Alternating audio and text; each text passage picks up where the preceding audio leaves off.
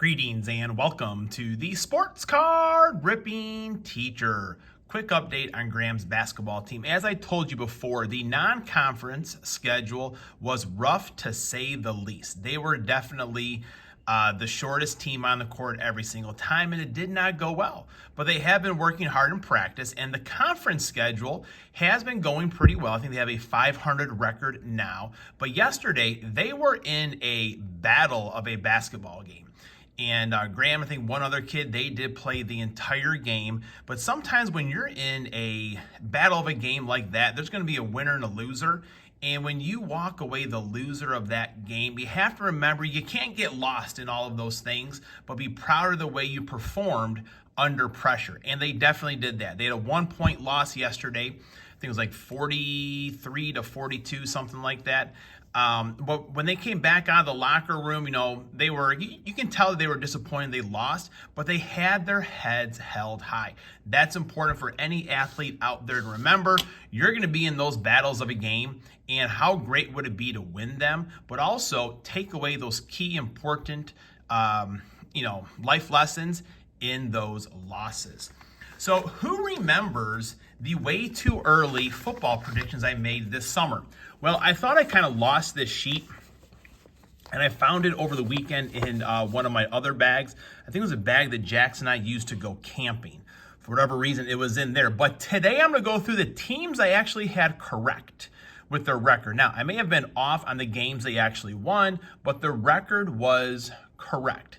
And as maybe a week or so goes on, I'll tell you the games I got close, maybe one game off. There's quite a few of those, and some games I got very, very wrong. So, first off here, Buffalo Bills. I had that schedule correct at 11-6, so I picked Buffalo correct. The next one was the Green Bay Packers at 9-8. I also predicted them making it into the playoffs, which they did.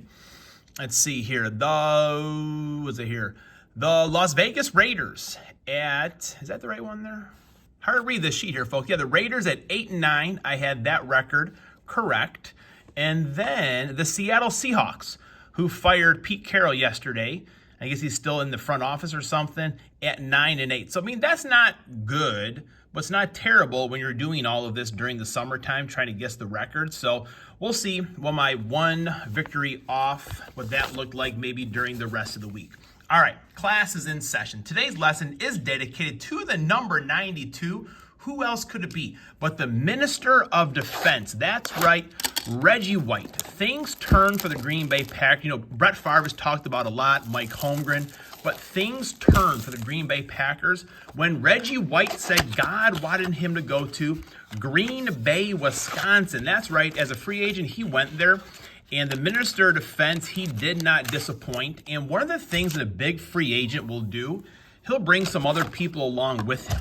I know on the defensive side of the ball, Sean Jones, Santana Dotson, they wanted to play for the Green Bay Packers after they saw that Reggie was going there. And Reggie was that player. He had his famous hump move. He would do just a bull rush. He would use that club of an arm, and he would overpower grown men. And in the Super Bowl, the Packers won with Favre, Mike Holmgren, and Reggie White. There were a lot of key moments in that game. There was the bomb that Brett Favre threw to Bad Moon Rising.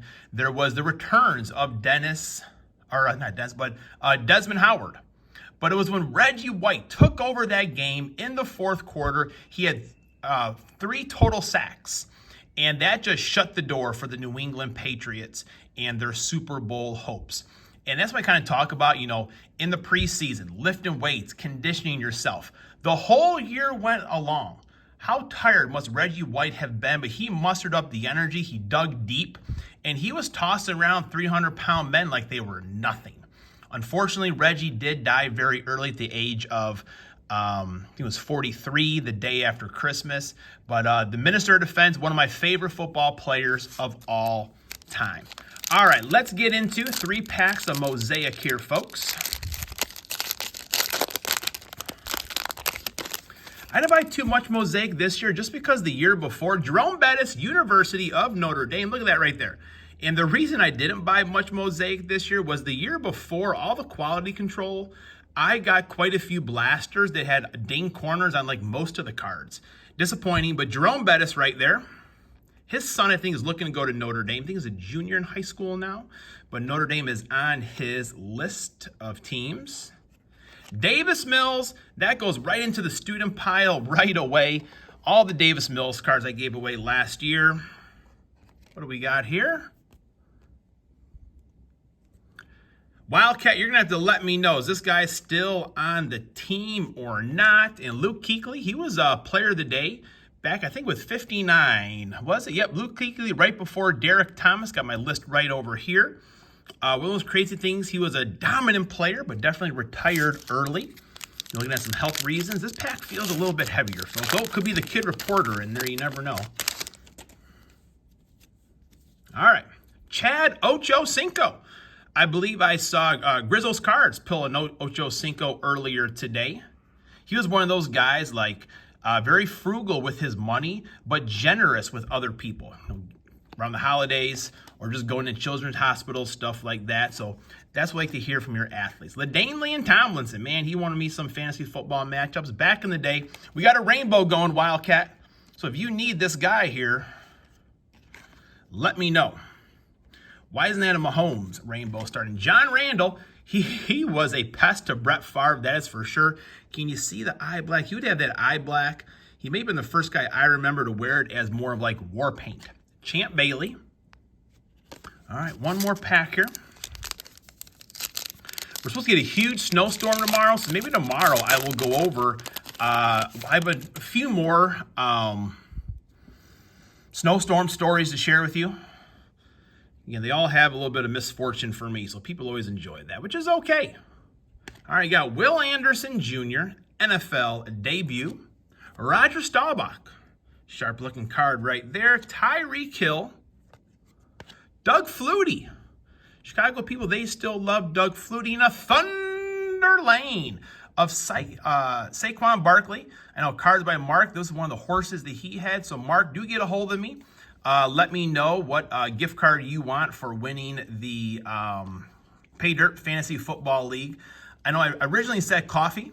I know you Bostonians love your Dunkin' Donuts, I do believe. But Kid of Cards, he thought he was going to win the whole thing. And he was like, well, can I have a Target gift card if I win? Because I don't drink coffee. And I'm always a little suspicious of people that don't drink coffee, no matter how old or young they are. Class is dismissed.